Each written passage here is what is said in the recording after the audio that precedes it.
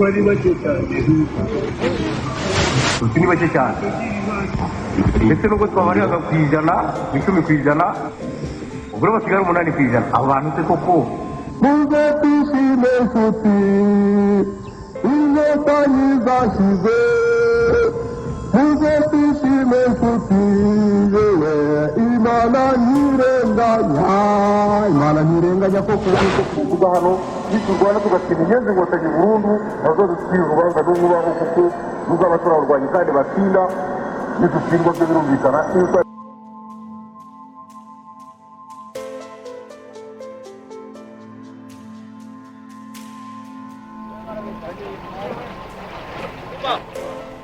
General Kagame was at the front, preparing his troops for battle.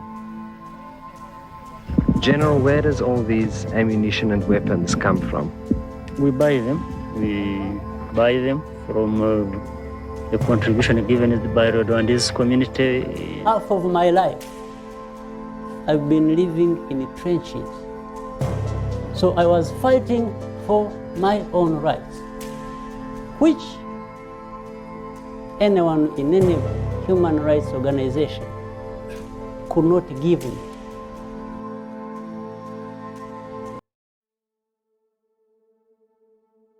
Paul Kagame has been president of Rwanda since 2000, but his influence dates back to the tragic events of the 1994 Rwandan genocide.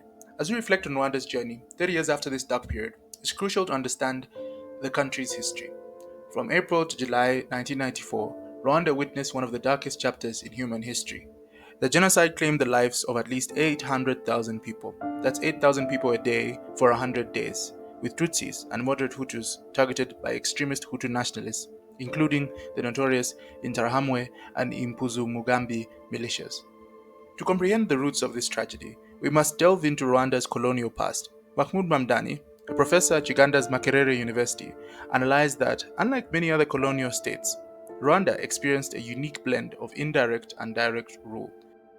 From 1894 to 1918, Burundi and Rwanda were part of the larger German East Africa.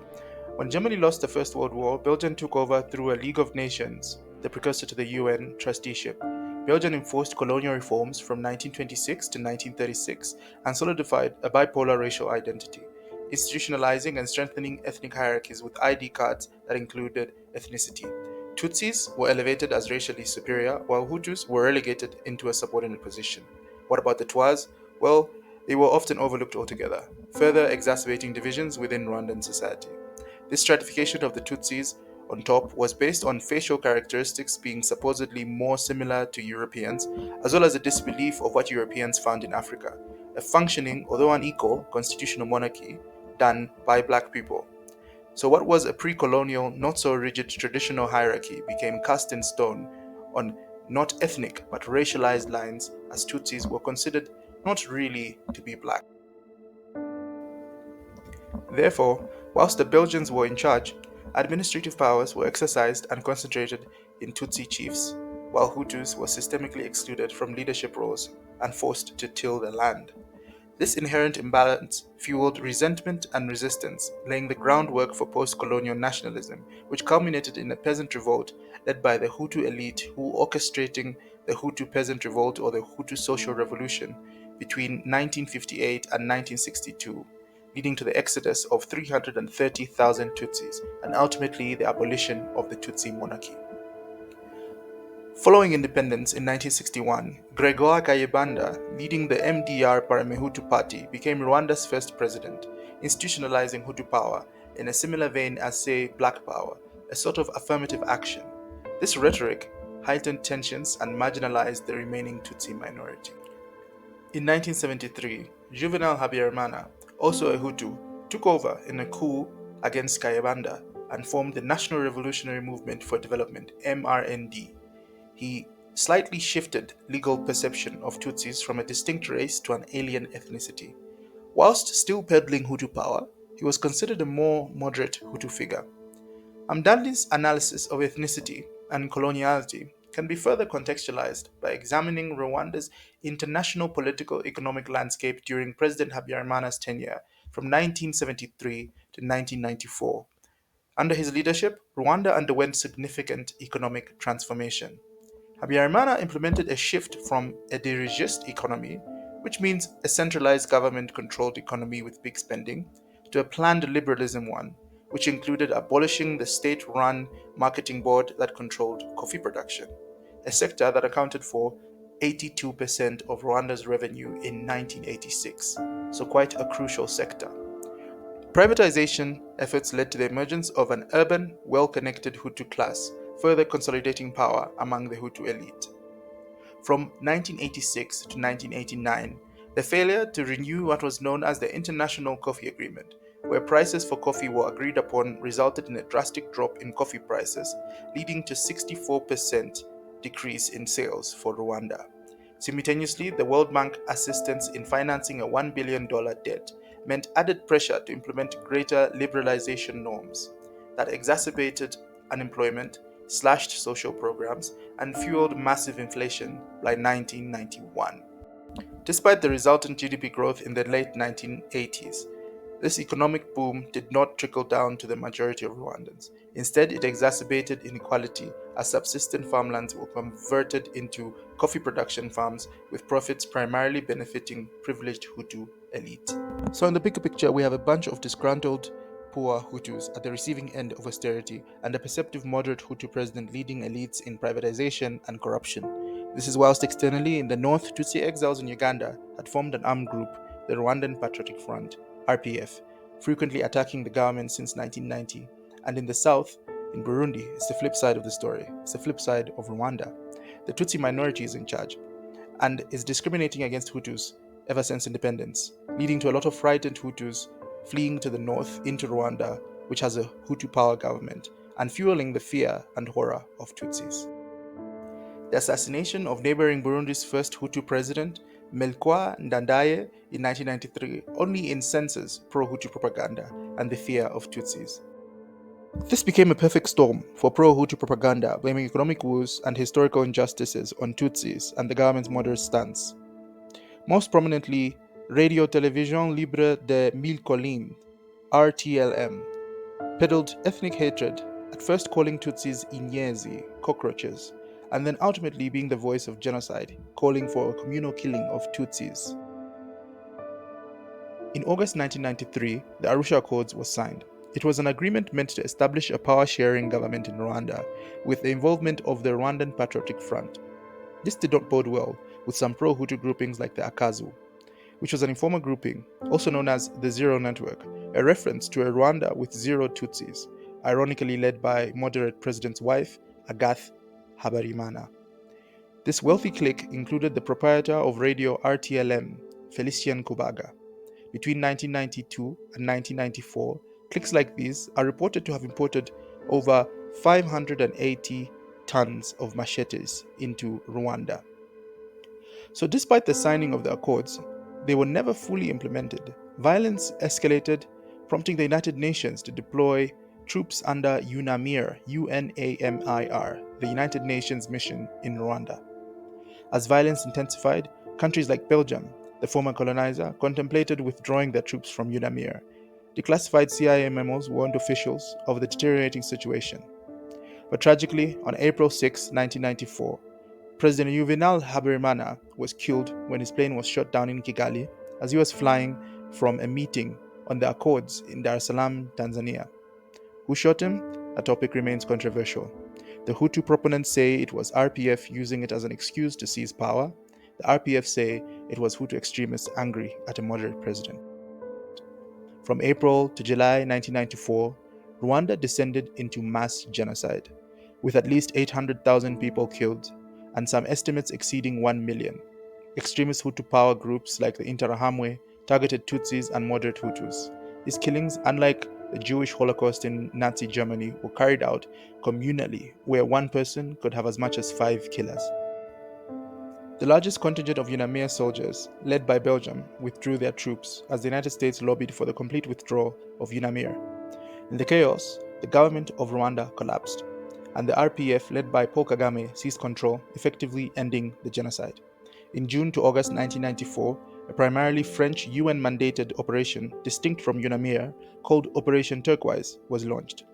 The aim of this was to protect Hutu refugees fleeing RPF retaliation, and provide humanitarian aid, but was perceived by the RPF as France coming to save the falling pro-Hutu government and help genocidal perpetrators escape to eastern Congo, which itself contributed to a wider Congo conflict that started in 1997. Overall, this led to at least 1.5 million people being displaced.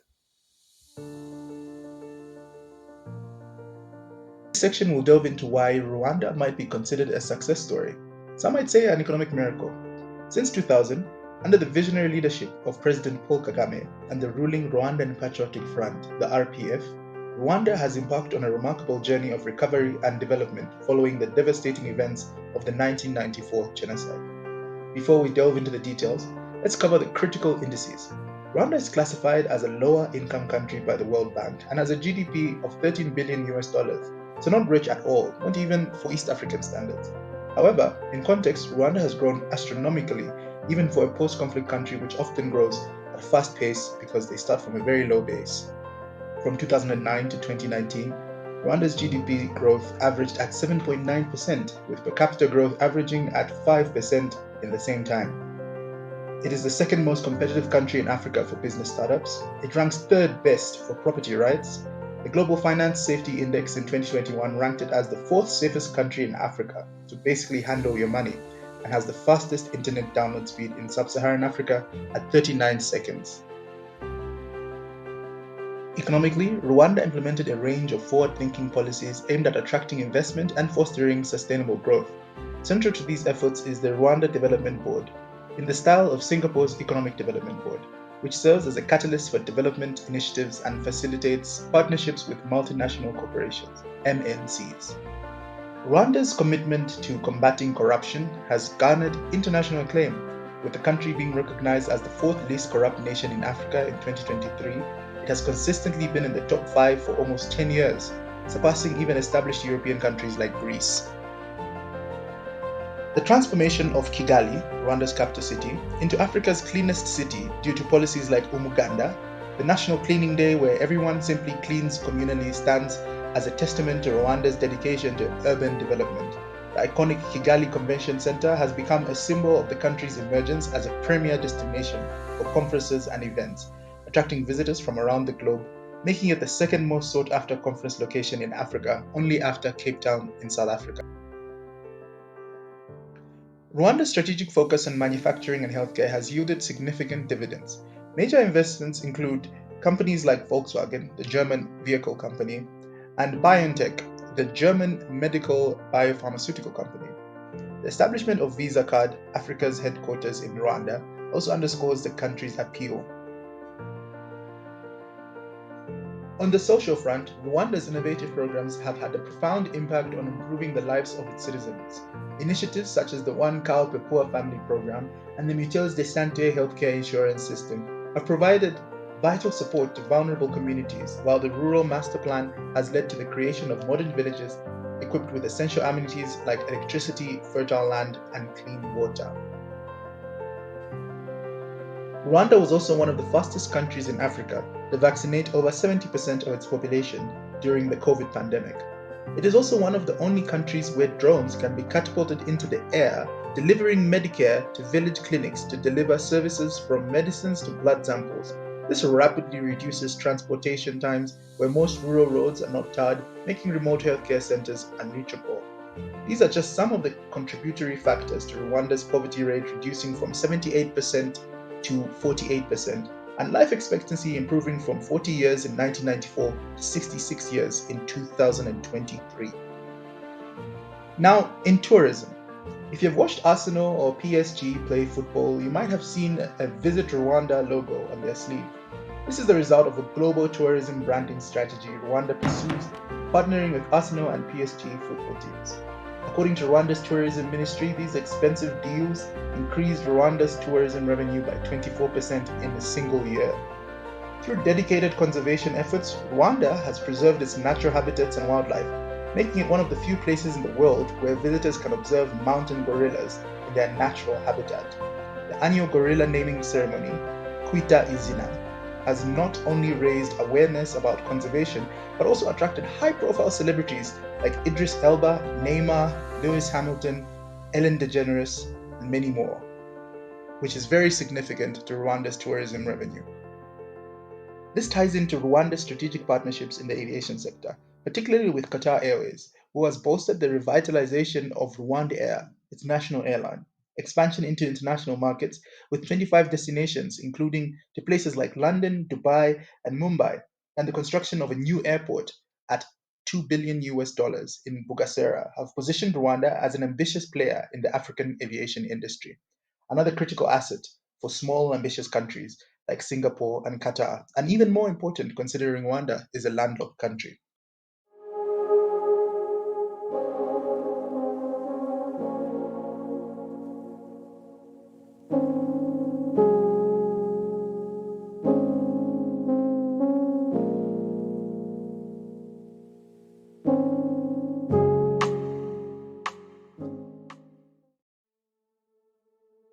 Since the tragic events of the 1994 genocide, Rwanda has undergone profound political transformations, reshaping the nation's trajectory and future. In the aftermath of the genocide, Paul Kagame emerged as a pivotal figure in the Rwandan political arena, rising from the ranks of vice president and defense minister in 1994. Although as de facto leader, Kagame then ascended into the presidency in the year 2000. As leader of the Rwandan Patriotic Front, the RPF, Kagame played a critical role in ending the genocide and establishing stability in the country. However, Rwanda's political journey since then has been marked by progress as well as controversy.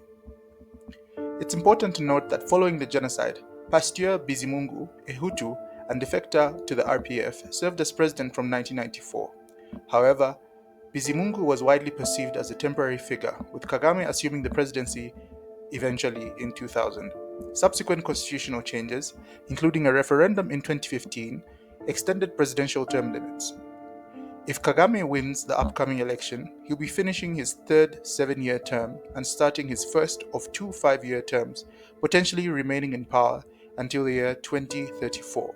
Kagame has consistently won by over 90% in every election since 2003.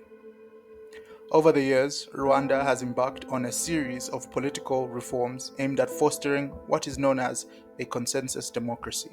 This inclusive approach to governance aims to involve all political parties in decision-making through dialogue. However, critics argue that this consensus democracy is often tightly controlled by the ruling RPF, leading to limited political freedoms and opposition suppression. Reports from DW News highlight the plight of critics and opponents of the government who have faced arrests, disappearances, and even death. These incidences raise concerns about political freedom and human rights in Rwanda, prompting scrutiny from international observers and human rights organizations. People claimed to have died or disappeared mysteriously include Thionetse Lizinde, a former intelligence official who was found dead in Nairobi, Kenya in the year 1996. In 1998, Seth Sendashonga fell out with the RPF before Kagame became president and mysteriously got shot in Nairobi, Kenya. In 2014, Patrick Keregaya, a former intelligence chief, was found dead in South Africa after allegedly attempting to throw a coup against Paul Kagame. In 2019, Anselme Mutiemana, who was an assistant to the opposition leader Victoire Ingabire, was found dead in 2019 after serving 6 years in jail. The opposition leader herself, Victoire Ingabire, got 8 years in jail for minimizing genocide. In 2020, a critical musician, Kizito Mihingo, was officially said to have committed suicide. Despite holding regular elections and posting high voter turnouts and participation, Rwanda's political landscape has not been without challenges. Critics have raised concerns about human rights abuses, restrictions on freedom of expression, and the concentration of power in the hands of the ruling party. Opposition parties have faced obstacles in gaining traction and challenging the dominance of the RPF. This has led to Rwanda performing poorly in democratic rankings. According to the Economist Intelligence Unit's Democracy Index, Rwanda is classified as an authoritarian state, and according to Freedom House's Global Freedom Status, Rwanda is classified as not free. Nevertheless, Rwanda has utilized its unique political model to foster stability and social progress. The country has made significant strides in promoting women's participation in politics, with a constitutional mandate ensuring a minimum of 30% women in district offices. This has led to Rwanda boasting the highest percentage of women in parliament globally at 61%. Additionally, Rwanda ranks as one of the most gender-fair countries in the world, reflecting its commitment to equality and inclusivity. On overall governance efficiency, Rwanda sits higher than the average African country, ranking 12th out of 54 African countries, according to the Mo Ibrahim Governance Index. Following the genocide, Rwanda implemented innovative approaches to hold perpetrators accountable, such as the Gakaka courts.